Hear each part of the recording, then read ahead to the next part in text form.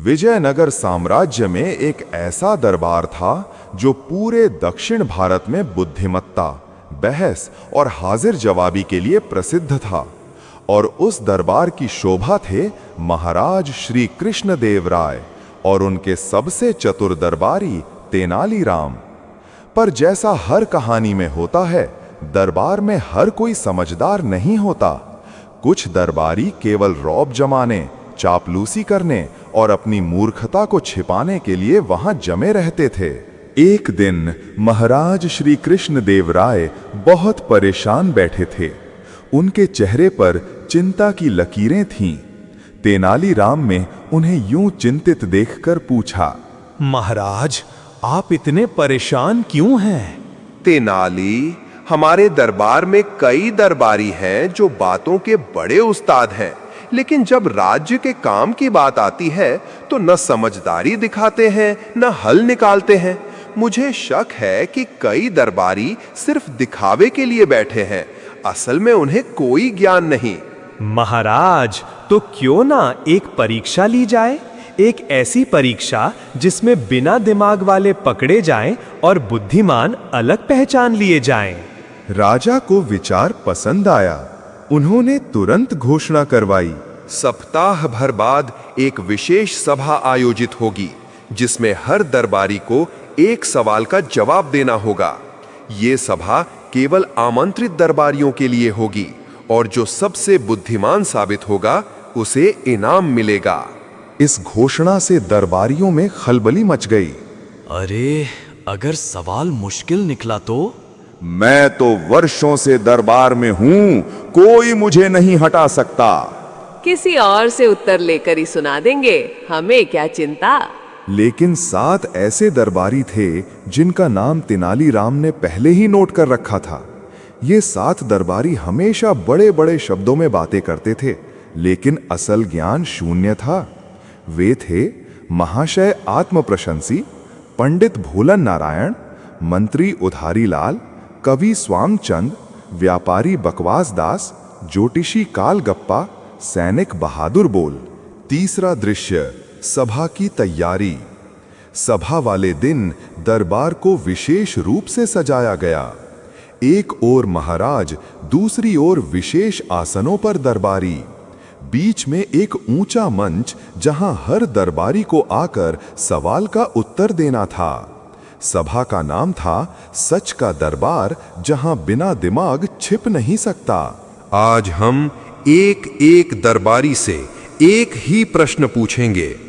अगर तुम्हें राज्य की पूरी संपत्ति हवा में उड़ती नजर आए तो क्या करोगे? सभा में सन्नाटा छा गया। ये सवाल अजीब था, लेकिन तेनाली की चाल में गहराई थी। चौथा दृश्य, मूर्खता की परतें। महाराज, मैं अपनी आंखें बंद कर लूंगा ताकि मुझे ये दुखद दृश्य न देखना पड़े। मैं स्वयं इतना महान हूं कि मेरी उपस्थिति ही दौलत है। सभा में हंसी छूट पड़ी। मैं शास्त्रों में देखूंगा, शायद ये वायुमंडल धन यात्रा योग है। ये तो ग्रहों का प्रभाव है।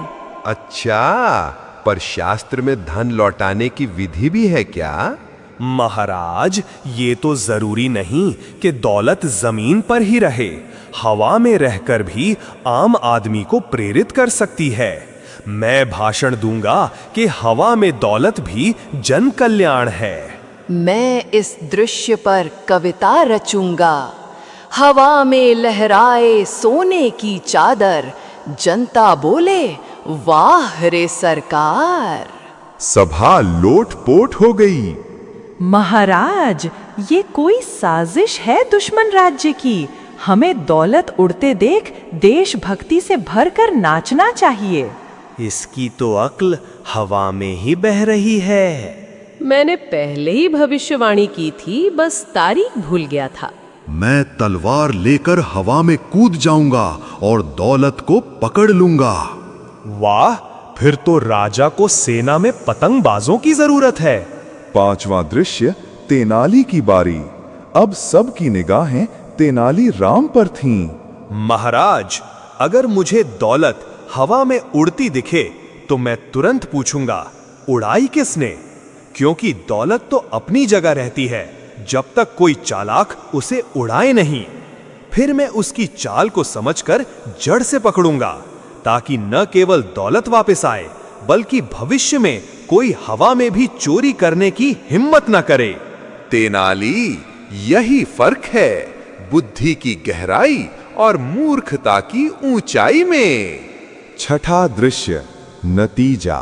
इन 7 दरबारियों को विशेष प्रशिक्षण दिया जाएगा। अगर 6 महीने बाद भी इनकी सोच न बदली तो दरबार में जगह किसी और को दी जाएगी। दरबार में हर कोई हंसी से लोटपोट था, लेकिन साथ ही ये सभा हर दरबारी के लिए एक सबक बन गई। मॉरल, संदेश। जो केवल बोलते हैं वे हवा में तैरते रहते हैं, जो सोचते हैं वही जमीन पर कुछ कर दिखाते हैं। तेनालीराम की ये कहानी सिखाती है कि विजयनगर के बाजार में उस समय अफरा तफरी मच गई जब एक दिन एक व्यापारी दौड़ते हुए चिल्लाया, महाराज, मेरी तिजोरी से सोने के सिक्के हवा में उड़ गए। लोग हंसे। अरे पगले, अब दौलत भी उड़ने लगी क्या? लेकिन बात यही नहीं रुकी। अगली सुबह दूसरा व्यापारी भी यही चिल्लाया, और फिर तीसरा और चौथा। पूरे नगर में चर्चा फैल गई, कोई रहस्यमयी चोर है जो हवा से सोना गायब कर देता है। राजा कृष्णदेव राय ने दरबार बुलाया। सब दरबारियों के चेहरे गंभीर थे। महाराज, ऐसी घटनाएं राज्य की प्रतिष्ठा को नुकसान पहुंचा रही हैं। अब ये मामला तेनालीराम के हवाले किया जाए। महाराज, अब मुझे 7 दिन का समय दीजिए और इस दौलत उड़ाने वाले राज को मैं आपकी हथेली पर रख दूंगा। तेनालीराम ने सबसे पहले उन व्यापारियों के घर जाकर जांच की। तिजोरियों में ताले टूटे नहीं थे, न खिड़कियां टूटी थीं, न कोई सुराग, न चोर की आहट। सोना था और सुबह बस गायब। तेनाली ने एक मजेदार चीज नोट की। हर चोरी पूर्णिमा की रात ही हुई थी, और सबसे मजेदार बात, हर पीड़ित व्यापारी ने चोरी से एक दिन पहले किसी विशेष तेल से तिजोरी की मालिश की थी, जिसे एक संत ने बेचकर कहा था, तेनाली मुस्कुरा उठा। तेनालीराम अगले ही दिन भेष बदलकर उस संत की कुटिया पहुंचा। संत का नाम था त्रिगुण बाबा। वो लोगों को एक रहस्यमयी दौलत बढ़ाने वाला तेल बेच रहा था। इस तेल को तिजोरी पर मलो और दौलत 2 गुनी होगी, लेकिन पूर्णिमा की रात को मत खोलना, दौलत उड़ जाएगी। तेनाली को बात समझ आ गई। तो असली चोर ये है, पर खेल इससे बड़ा है। तेनाली ने राजा को सारी बात बताई, पर कहा, महाराज, मैं चाहता हूं अगली पूर्णिमा को आप भी इस खेल का गवाह बने, एक आम आदमी की तरह। राजा ने अपना रूप बदला और तेनालीराम के साथ एक छोटे व्यापारी के भेष में उसी तेल को खरीदा। तेनालीराम ने वैसी ही तिजोरी तैयार की और उसमें नकली सोने के सिक्के रखे, तेल लगाया और सब वैसा ही किया जैसा बाबा कहते थे। रात को तेनाली और राजा छुपकर बाहर देख रहे थे।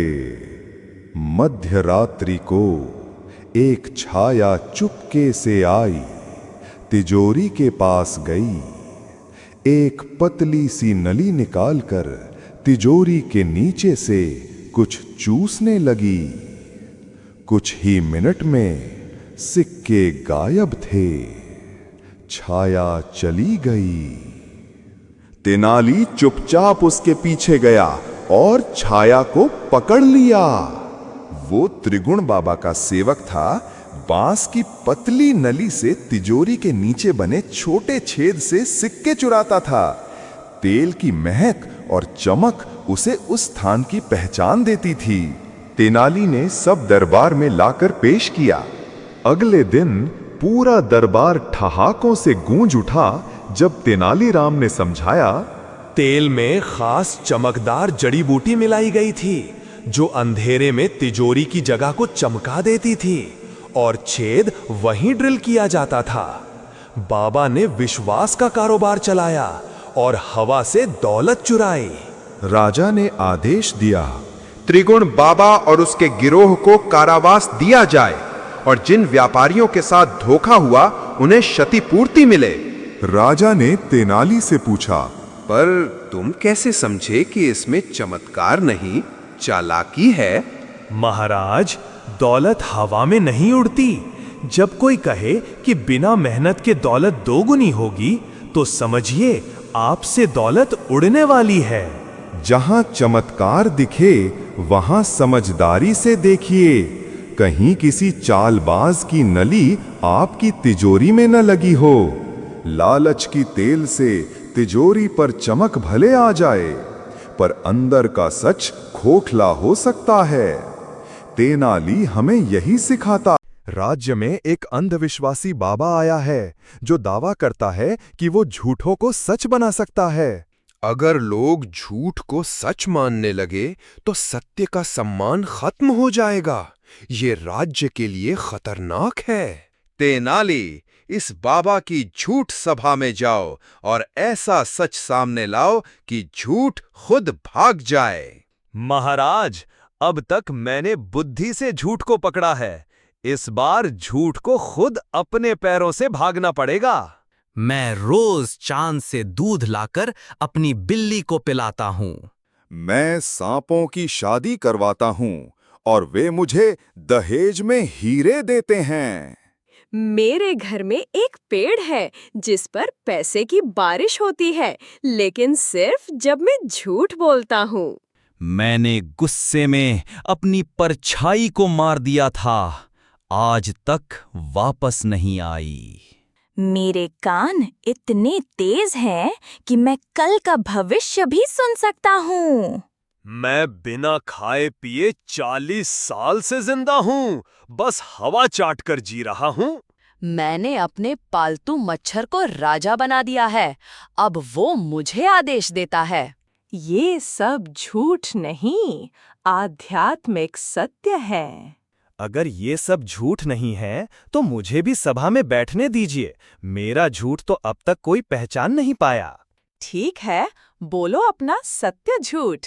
मैं वो व्यक्ति हूँ जिसने एक बार ऐसा झूठ बोला कि झूठ ने खुद मेरे पैर पकड़कर माफी मांगी। सत्य है, ऐसा हो सकता है। चांद से दूध लाते हो तो दूध की थैली कहाँ है? दूध वाष्प में आता है। बिल्ली को वाष्प पिलाते हो? सांप दहेज देते हैं तो शादी का कार्ड दिखाओ। सांप बोलकर आमंत्रण नहीं भेजते। पर तुम तो कहते थे कि वे बात करते हैं। आप कहते हैं कि ये झूठ नहीं, आध्यात्मिक सत्य है। तो बताइए, आपने आज सुबह क्या खाया? मैं सिर्फ ध्यान करता हूँ, कुछ नहीं खाता। तो फिर रसोई में रखी मलाईदार खीर, अदरक का हलवा और घी की पूरी किसने खाई? वो मेरे सेवक ने।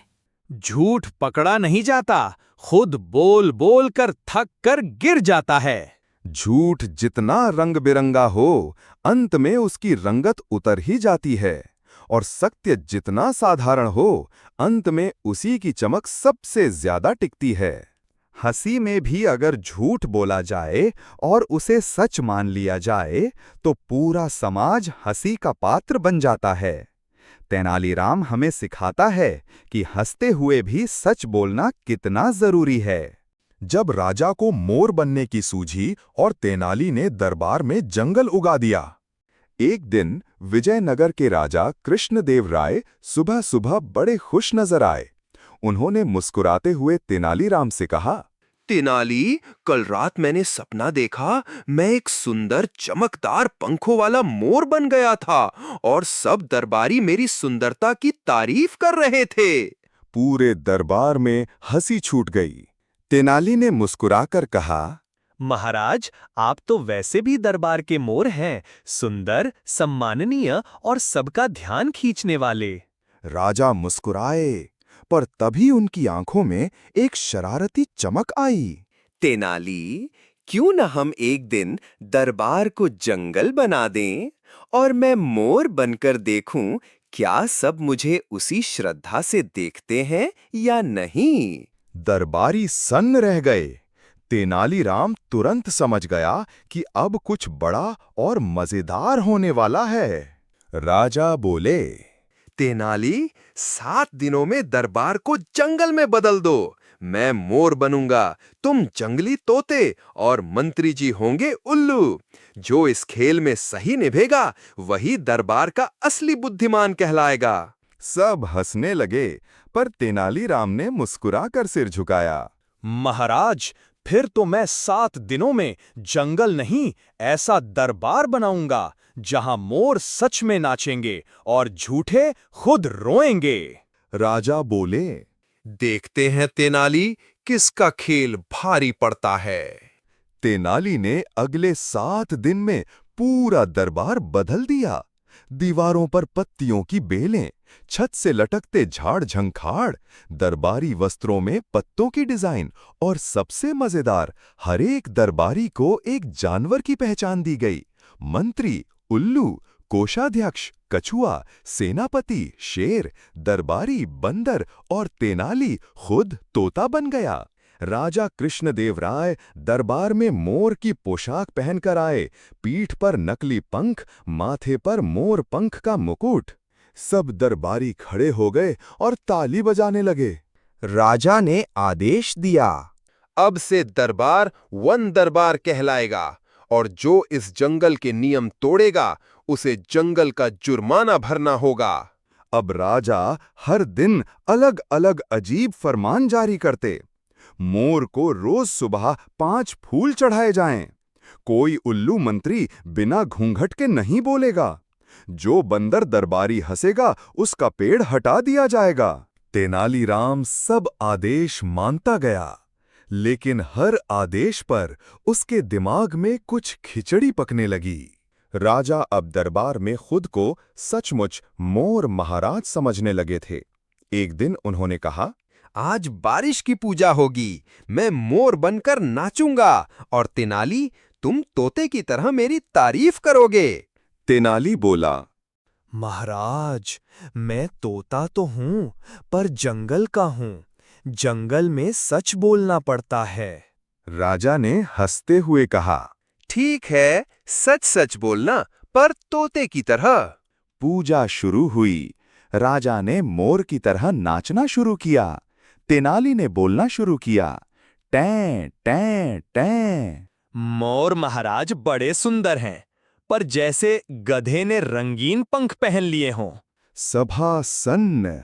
उनका पंख तो असली है, पर चाल, उफ, जैसे खच्चर पर साज सजा हो। सभा में हंसी छूट गई, पर राजा को गुस्सा आ गया। तेनाली, ये क्या मजाक है? तुम मेरी मजाक उड़ा रहे हो। तेनाली मुस्कुराया। महाराज, आपने ही कहा था, सच बोलो, जंगल का नियम है। राजा चुप हो गए। तेनाली ने गंभीर होकर कहा, महाराज, आप राजा हैं। अगर आप खुद को मोर समझने लगेंगे तो जंगल तो लगेगा, पर शासन चरमरा जाएगा। दरबार एक जंगल बन सकता है, पर तब जब हर जानवर अपनी भूमिका समझे और जो राजा हो वो राजा ही बना रहे, मोर नहीं। राजा थोड़े समय शांत रहे, फिर जोर से ठहाका लगाकर बोले, तेनाली, तुमने तो मेरी नाक में दम कर दिया था, पर तुम ही हो जो मुझे मेरी असली पहचान दिलाते हो। मॉरल या शिक्षा। पद, पोशाक और दिखावा कुछ समय का खेल होता है, पर असली नेतृत्व वही होता है जो अपनी भूमिका को समझे और निभाए। राजा अगर मोर बन जाए तो दरबार जंगल जरूर बन जाएगा, लेकिन तेनाली जैसे बुद्धिमान तोते ऐसे जंगल को फिर से राजमहल बना सकते हैं। तेनालीराम और इनविजिबल बहीखाता जब गुप्त राजा फंसा अपने ही जाल में। विजयनगर साम्राज्य का बाजार हमेशा चहलकदमी से भरा रहता था। वहीं एक दिन नगर में एक अजीब व्यापारी आया। उसका नाम था सेठ रूपचंद और उसके पास था एक ऐसा बहीखाता जो कोई देख नहीं सकता था। ये बहीखाता अदृश्य है। मेरी हर सौदा, हर उधारी इसी में दर्ज होती है। और मजा देखिए, इसका हिसाब भी कभी गड़बड़ नहीं होता। शुरू में लोग हंसे, लेकिन धीरे धीरे उसने व्यापारियों से उधार देना शुरू किया। और चमत्कार ये कि उधार देने के कुछ ही दिनों बाद वो व्यक्ति खुद आकर रकम चुका देता, जैसे कोई अदृश्य शक्ति उसे याद दिला रही हो। लोग हैरान थे। कुछ महीनों में सेठ रूपचंद्र का नाम पूरे राज्य में फैल गया। उसका अदृश्य बही खाता अब एक चमत्कार बन गया था। ये खबर जब महाराज कृष्णदेव राय तक पहुंची तो वे भी चौंक गए। एक अदृश्य बही खाता और उससे व्यापार में चमत्कार, इसमें जरूर कोई रहस्य है। तेनालीराम दरबार में बैठे मुस्कुरा रहे थे। तेनालीराम, इस व्यापारी की सच्चाई का पता लगाओ। क्या ये सच में चमत्कार है या कोई चालाकी? महाराज, बस 3 दिन का समय दीजिए, उसके बही खाते की स्याही भी मैं ढूंढ लाऊंगा। तेनालीराम ने साधारण वस्त्र पहनकर एक आम दुकानदार का भेष बनाया और सेठ रूपचंद्र के पास गया। सेठ जी, 500 स्वर्ण मुद्राओं का गल्ला उधार दीजिए। अभी रकम नहीं है, 2 महीने में चुका दूंगा। हो गया, अदृश्य बही खाते में दर्ज, 2 महीने में खुद याद आ जाएगा। तेनाली मुस्कुरा दिया और जाते ही शुरू किया अपना जाल बुनना। तेनाली ने अगले कुछ दिनों तक रूपचंद्र के आसपास निगरानी रखी। वो पंडितों, वैद्यों, सेवकों, कोढ़ियों, मदाली, यहाँ तक कि भिखारियों के भेष में हर रोज दुकान के आसपास आता। और एक दिन उसने देख ही लिया। रात को सेठ एक चिट्ठियों का बंडल लेकर निकलता है और नगर के गली गली में कुछ पत्र डालता है। आपने सेठ रूपचंद्र से 500 मुद्राएं उधार ली हैं। कृपया उसे 3 दिन में चुका दें। बही खाते में दर्ज हो चुका है। अरे वाह, ये अदृश्य बही खाता नहीं, अदृश्य दर का कारोबार है। महाराज, अब वक्त आ गया है कि रूपचंद्र अपने बही खाते के पन्ने खुद पढ़े, सबके सामने। राजा ने दरबार बुलाया। सेठ रूपचंद्र को भी बुलाया गया। सेठ जी, मेरा हिसाब तो पूरा करिए। आपने मुझे उधार दिया, अब दरबार को दिखाइए कि मेरे नाम की एंट्री कहाँ है उस बही खाते में। वो बही खाता तो अदृश्य है, सब हवा में। सही कहा, हवा में ही तो तुमने चिट्ठियां उड़ाईं, बिना नाम, बिना दस्तखत, और डराया लोगों को कि तुम सबका उधार याद रखते हो। तेनाली ने फिर दरबार में वो गुप्त चिट्ठियां निकाल दीं। धोखेबाज, तुमने डर के दम पर व्यापार किया, ये अपराध है। सेठ को तुरंत नगर छोड़ने का आदेश दिया गया। पर तेनाली, तुम कैसे समझे कि ये कोई चाल है? महाराज, कोई भी ईमानदार व्यापारी अदृश्य पर व्यापार नहीं करता और कोई भी बही खाता याद दिलाने के बिना नहीं चलता।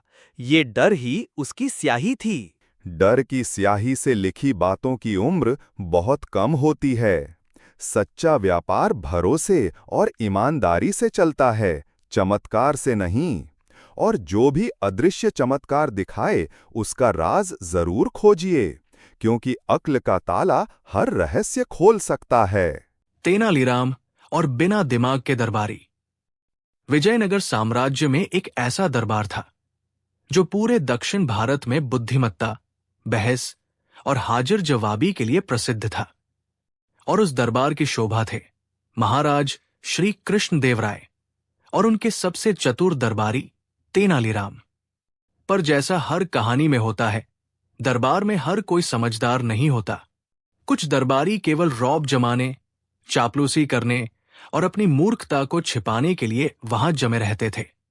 एक दिन महाराज श्री कृष्णदेव राय बहुत परेशान बैठे थे।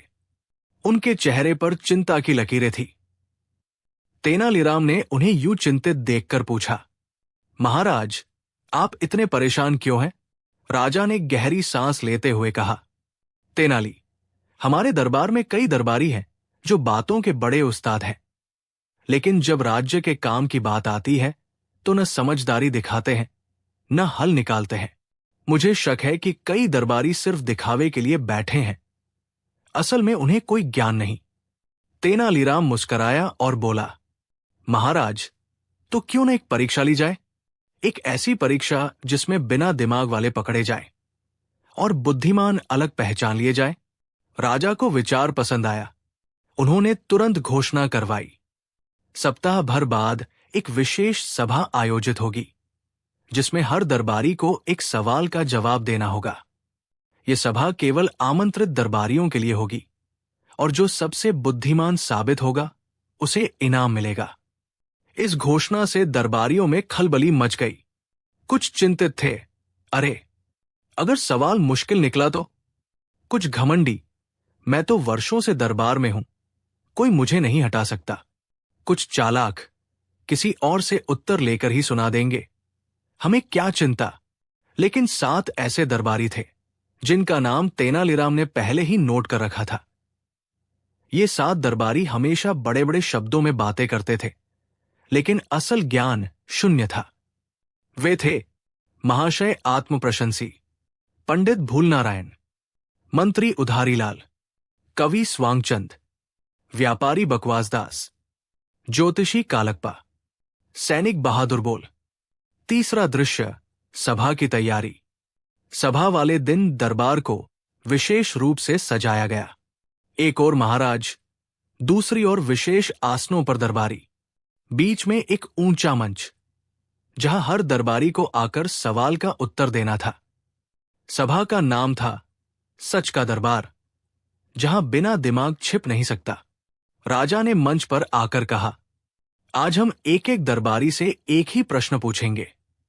अगर तुम्हें राज्य की पूरी संपत्ति हवा में उड़ती नजर आए तो क्या करोगे? सभा में सन्नाटा छा गया। यह सवाल अजीब था, लेकिन तेनाली की चाल में गहराई थी।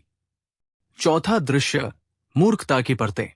एक आत्मप्रशंसी बोले, महाराज, मैं अपनी आंखें बंद कर लूंगा ताकि मुझे ये दुखद दृश्य न देखना पड़े। मैं स्वयं इतना महान हूं कि मेरी उपस्थिति ही दौलत है। सभा में हंसी छूट पड़ी। 2 पंडित भूलनारायण बोले, मैं शास्त्रों में देखूंगा, शायद ये वायुमंडल धन्यात्रा योग है, ये तो ग्रहों का प्रभाव है। राजा मुस्कराए, अच्छा, पर शास्त्र में धन लौटाने की विधि भी है क्या? 3 उधारीलाल बोले, महाराज, ये तो जरूरी नहीं कि दौलत जमीन पर ही रहे, हवा में रहकर भी आम आदमी को प्रेरित कर सकती है। मैं भाषण दूंगा कि हवा में दौलत भी जन कल्याण है। 4 स्वांगचंद बोले, मैं इस दृश्य पर कविता रचूंगा, हवा में लहराए सोने की चादर। जनता बोले, वाह रे सरकार। सभा लोटपोट हो गई। 5 बकवासदास बोले, महाराज, ये कोई साजिश है दुश्मन राज्य की, हमें दौलत उड़ते देख देशभक्ति से भरकर नाचना चाहिए। तेनाली ने फुसफुसाकर कहा, इसकी तो अक्ल हवा में ही बह रही है। 6 कालकपा बोले, मैंने पहले ही भविष्यवाणी की थी, बस तारीख भूल गया था। 7 बहादुर बोले, मैं तलवार लेकर हवा में कूद जाऊंगा और दौलत को पकड़ लूंगा। तेनालीराम ने कहा, वाह, फिर तो राजा को सेना में पतंगबाजों की जरूरत है।